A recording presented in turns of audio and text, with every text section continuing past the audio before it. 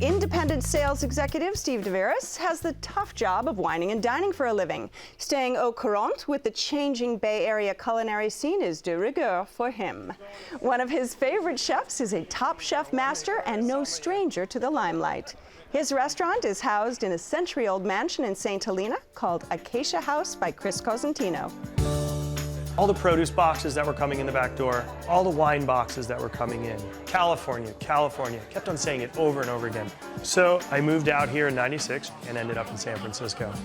I came up to Napa and I would see all these buildings, one of which was actually the building we're standing in right now.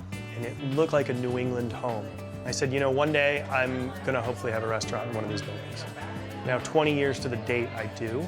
My name is Chris Cosentino. I'm the chef here at Acacia House in Las Alcobas Resort in St. Helena, Napa Valley. When you think about Napa, you think about beautiful wines here, and all those grapes came from another part of the world. Italy, France, Spain, Portugal, and Germany. So we're gliding through these different cultures, blending them together just like the melting pot that we are here in Napa. Seeds came over with people too. And I think that's what allows us to create such a unique, diverse menu, but that at the same time, it fits harmoniously with the wine in the valley, and it's like a big melting pot. My goal is to give the guest a taste memory. I want to find that tiny little slice where I can slide right in next to that amazing meal they had in Paris or that dish they had from grandma. I'm just fighting for that tiny sliver. My goal is just to make people happy. Now, Steve, this is quite an impressive place, isn't it, when you drive up to it? It feels like you're driving up to a mansion you'd see in Georgia. Right. I've been watching them build that hotel for 2 years. Yeah. Excited about when it would open. I didn't know it was going to be a Chris Cosentino restaurant at the time, but it just looked beautiful. When you walk in, they walk you through this amazing looking bar, and it feels like you're in someone's home, and their specialty drink is this margarita, which sort of reminds me of a pisco sour. Yeah. It's sort of foamy, and they shave lime on top. It's a little frothy. It's frothy and foamy and yummy, and it's really, really nice. You could just hang at the bar and be perfectly happy. We had also a bottle of wine, a Barbaresco, a 2008. Their beverage director has put together quite an impeccable wine list. You can have great champagne, you know, Ruinart all the way to great Spotswood or Schaefer. Yeah, I loved the decor. Like, it looked like something where, like how I would decorate, you know, my home or decorate a restaurant if I had one. Yeah. Tell me about what you, food-wise, what do you dig into first? We started with a chicory salad, which is really large portion of this. And I don't think I've ever even had a chicory salad before, and I wasn't sure what to expect, but it was fresh and delicious and light and lemony. And big, obviously, by the way you're doing this, right? It was big. Chicory. Great salad. Great salad. You had that as well, Bob? Fantastic salad. Had the chicory salad, big hit at the table. We had 3 appetizers, and I think that's where this restaurant really shone. We had the machi crudo. That was probably my least favorite of the 3. I thought it was kind of cut, you know, a little bit too small, but the presentation of the dish was really beautiful.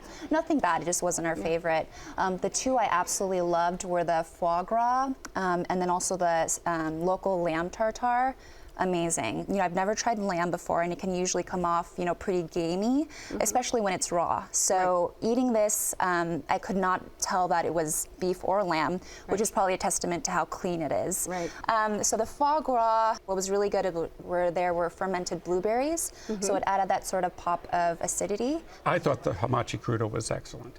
I think that it was a really nice balance between the zestiness and the tenderness of the hamachi. Right. The Caesar salad was, I hate to say it, but nobody liked the Caesar salad. Ah, okay. It was, you love the chicory salad, but not the Caesar. They had put like a dusting of shiitake mushroom powder over the top, and it made the whole thing kind of taste like dirt. When you got down to the very bottom, where that powder hadn't touched anything, the salad was excellent. Right. You know, nice and crispy, a really well done Caesar dressing. Absolutely. All right, main courses. So I ordered what I think is their signature dish, which is this Iberico pork schnitzel. And I had heard stories that he creates sort of a lemony, creamy sauce, which is rich but delicious. It's also a huge portion. My wife is Dutch. She's used to schnitzel, and people went nuts over that. On top was caviar, a dollop of caviar on top, and the pork was nice and crispy, but so tender and tasty inside. What other main courses? So I've been hearing that they had one of the best burgers in the valley, and it was a really great burger. It comes with Gruyere and caramelized onions, and they serve it with Kensington ketchup and literally amazing fries. Everyone really loved that. You know, I'm very positive about the food at this place, and it's high level of artistry. Right. You know, the presentation of all the food is really super. It makes you want to eat it right away. So the mushroom risotto, maybe the best mushroom risotto I can remember ever having. Two types of mushrooms, Miyatake mushrooms and crispy enokis, and both lovely, flavorful mushrooms in their own right. And then the flavor imbued throughout the risotto. I couldn't get over it, to tell you the truth.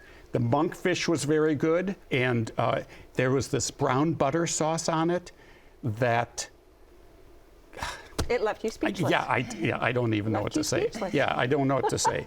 And what about desserts? Ooh, well, I got something simply and aptly titled cake.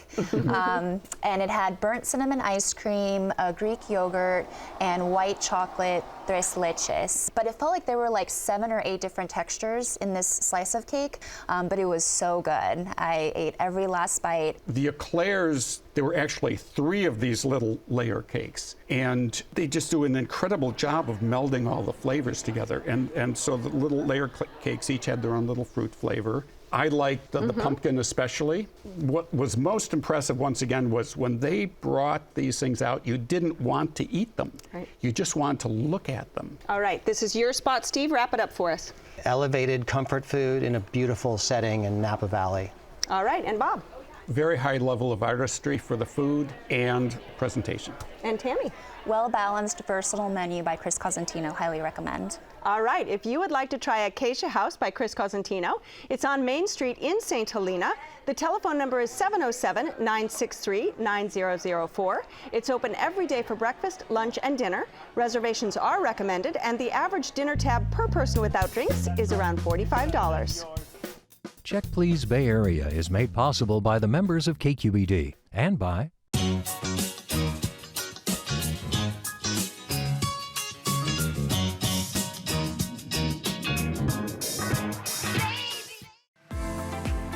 Oakland International Airport, now with flights all over the world. iFlyOAK.com. IRG has thousands of surfaces in stock now. Surfaces, selection, service. IRG at MarbleCompany.com. Total Wine & More, offering more than 8,000 wines, 2,500 beers, and 3,000 spirits. Total Wine & More, now with 8 Bay Area locations. TotalWine.com. Sutter Health CPMC announcing its newly opened Mission Bernal Hospital with all private rooms and comprehensive labor and delivery services. SutterHealth.org/Mission Bernal. Redwood Credit Union, community banking for the North Bay and San Francisco. Business and personal, online and mobile, plus nationwide ATMs. Banking for people who call this place home.